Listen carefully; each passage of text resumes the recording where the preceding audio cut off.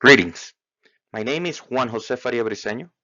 I'm a PhD from the University of New Mexico in optoelectronic, and I have been working in the optical angular scatterometry for inline nanomanufacturing for about 5 years. And this is the work that I'm going to be presenting to you today. As an introduction, I wanted to give you a quick intro of who do we work with. We work under the nascent ERC, which is a NSF-funded multi-university program that focuses on developing mobile application. NASEN stands for Nanomanufacturing System for Mobile Computer and Energy Technologies, not an easy acronym, but it works in collaboration with the University of New Mexico as a satellite University of Houston, and University of California, Berkeley. The main goal of this program is to create high throughput, reliable, versatile new systems that will revolutionize the production of mobile and computer devices. And as part of the ERC and this what is called the value of that, the connection between the research and development, let me use my pointer, the research and development and the commercialization value that affects production. So this value of that, this is what NASEN is trying to do, to be the bridge between current state-of-the-art R&D and move it to the commercialization process. And however, our main motivation as researchers with this project is considering how important and metrology is essential during manufacturing process. And as there is a transition between silicon and silicon wafer scale to more flexible production lines as roll-to-roll, for example, using flexible substrates, more anisotropic and dynamic conditions while you have been moving production lines, metrology has been challenged. And this is the main motivation, that state-of-the-art systems such as SEM, AFM, elixometric scatterometer are great tools. Resolution-wise, they're capable of accomplishing and doing monitoring and metrology at the same time. Some of these tools are used for the CD metrology on their inline silicon production lines. However, when it comes down to implementing one of those CED metrology systems on a roll-to-roll approach, there's not that many offers out there. Jay Woolen and other companies like Nova Measurements have some approach, but again, most of them focuses on elixometric approaches that are slower compared to the angular approach that we said. So the question is, can any of this system keep up with a roll-to-roll, a more flexible production lines such as showing right now here? The answer is no. They might be able to give you some spectral imaging. They might be able to give you offline production, but inline, there is more work that needs to be done. That's what we do. We design and created this system that I'm going to be presenting to you that is more capable. However, let me back up a little bit on scatterometry so I can cover the different approaches of scatterometry. There's the elixometric scatterometry and there's the angular scatterometry. Both of them have their advantages and disadvantages. But scatterometry is just a metrology interferometric instrument that measures reflection. And this reflection beam, in this case photons, have two approaches: the reflection as a function of wavelength and the reflection as a function of angle. And elixometric can be easily adapted to elixometer, but the answer to the previous questions that we're asking in the state-of-the-art slide is that there's limitation when it comes down to modeling the refractance index over a full wavelength range, and that limits the speed of the characterization process. So can it be roll-to-roll adaptable? Essentially it can, but eventually roll-to-roll speeds are going to be fast enough that what they can catch up. Some of these tools, what they do is they collect average number of points, and based on the average give you a percentage or an approximation of the quality of what is being printed. But the truth is it doesn't go point by point characterizing at the current speed that the roll-to-roll can go at the fastest production line. In the other side, there's our approach, which is the angular scatterometry, which the advantage is the high spectral intensity fixed wavelength that allows to reduce signal to noise ratio, and as well is pretty inexpensive when it comes down to just buying a simple diode laser. Uh, so most of these approaches that were done, most of them they were mechanical, and this is what some papers have claimed to do when it comes to angular scatterometry. They require mechanical movement, but we came up with an approach that I'm going to be presenting that doesn't require mechanical rotation, and yes, it can be adaptable to roll to roll. So prior to when I took over on this project, Dr. Su, my colleague, was working on this project on proving the concept of offline angular scatterometry with multiple wavelengths and trying to show the ratio between the photon size and the structure size and how well this characterization process can be done. So what he did is he used multiple wavelength, 4 of them, using 2 rotation stage, moving them simultaneously at the same time, having kind of a 2 theta set up, moving the detector and the laser at the same time to keep the reflection as a function of angle from 8 to 80 degrees, and then using an RCWAK to reverse feed the experimental results with simulation. The 8 parameters that he used, let's start with the sample. The sample that he used is a wire grid polarizers done by nanoimprint lithography on a silicon wafer at the University of Texas, Austin. He used up to 8 parameters, pitch, bottom line width, top line width, aluminum thickness, etc. And in order to show the capability of the system and prove the concept, he used 4 different wavelengths. He fitted all of them, and those fits were averaged to see how much the variation as a function of wavelength was occurring when it came down to simulation and experimental feeding. And anyhow, the results speak for themselves. The root mean square speak for themselves, and the 8 parameters were well fitted, no matter what wavelength was being used. The scanning time was approximately 1 minute with this system, and the T and the TM, the reflection curve are shown here, where you can see the agreement with the measurement and the simulation, showing the potential of this kind of approach. We didn't stop there then. We actually wanted to know what were the critical dimensions and how small of features the system was able to characterize. So we did a simulation.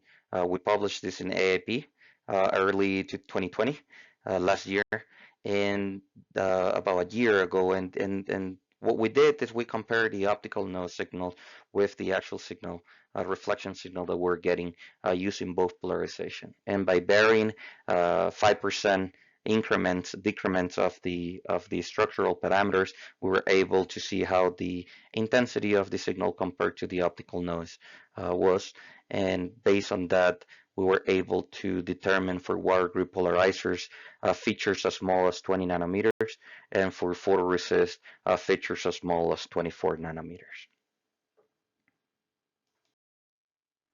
So this is where I took the project. We published the critical dimensions, and then we said, okay, what could be a better approach so we don't have to be moving the sample?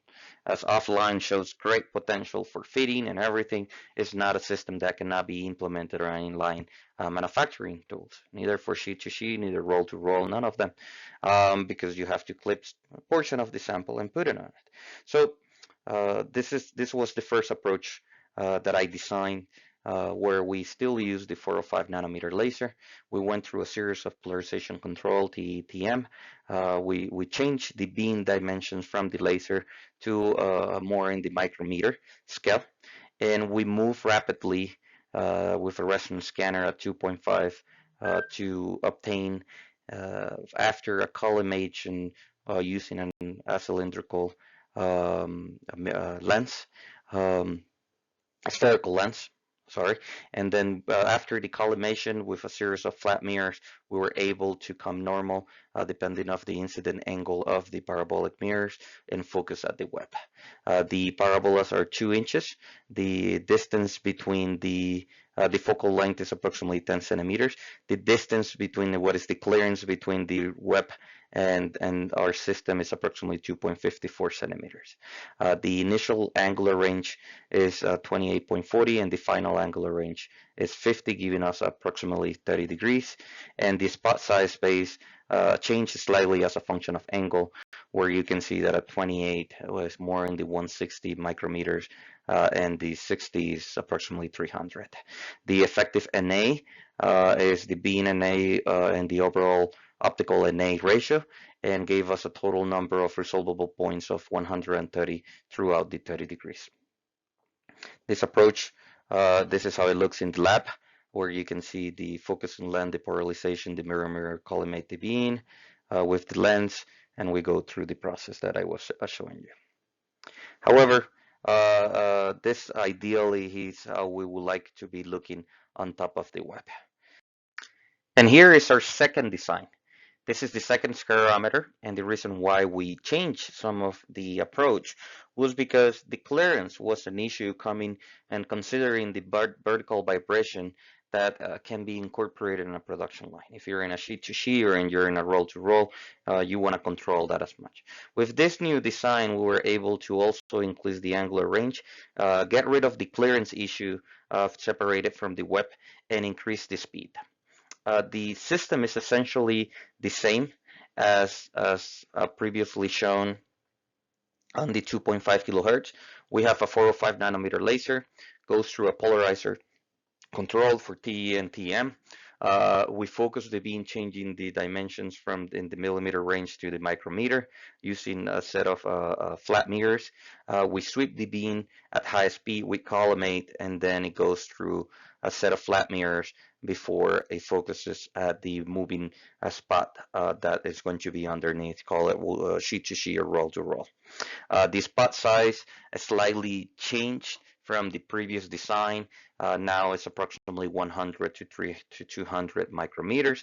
However, considering that we're doing analysis in nanoscale wire grip polarizers with 100 micrometer, we can still average a vast majority of those walls, aluminum walls of the wire grip polarizers. The initial angle is 19 degrees. The final angle is approximately 67.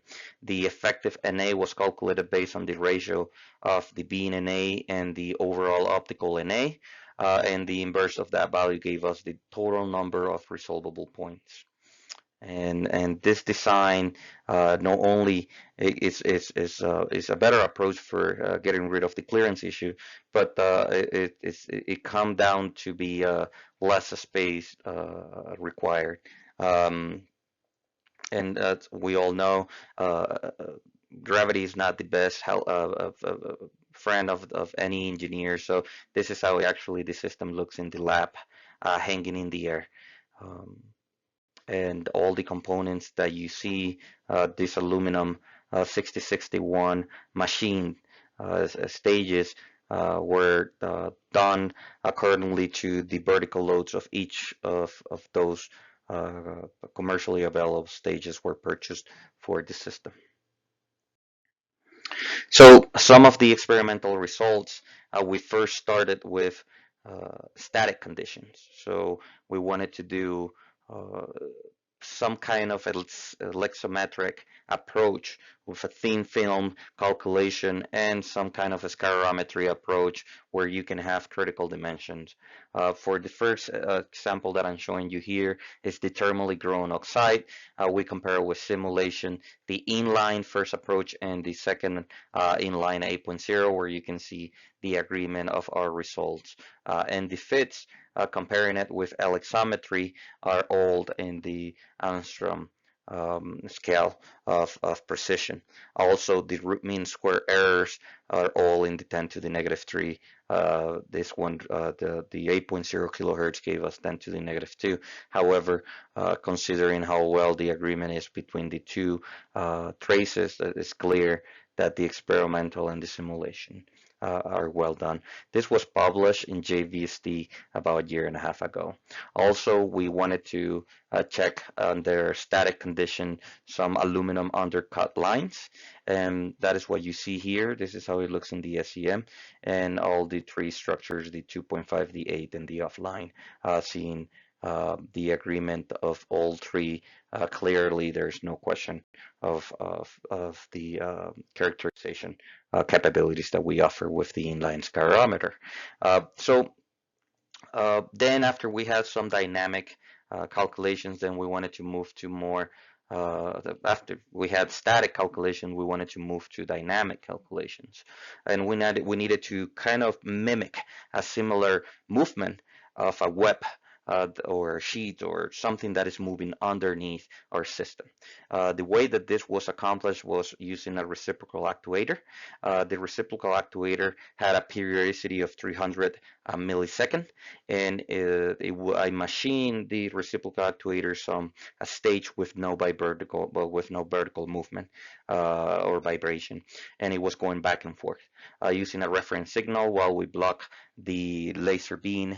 We were able to obtain where the signal was at the fastest speed, which was approximately 50 centimeters per second. At this speed, we're still averaging 5 to 7 reflection traces, and that is only considering one of the direction, which is the upward. But if we consider the downward, we can even do more averaging. Considering this as a measure for us to theoretically came up with a number of how fast we can go. Our system is capable of going as fast as 350 centimeters per second to do one single trace scan. And then we wanted to compare this result with the static that I previously shown. So here's what we're publishing and what we want to show you, where we have the inline 8.0 kilohertz system at 0 and 50 centimeters per second movement, and with the offline, and both polarization for thermally grown and native grown oxide. And here at the side, considering how more difficult it is to do the fitting process on native grown oxide, based on the optical properties, we decided to show you how well our system compared to alexometry when it comes to RMSE and silicon dioxide, the fitted values. We were able to be still in the S-term resolution characterization margins. After that, we decided to go with the same 1D undercut aluminum lines, but now in dynamic conditions.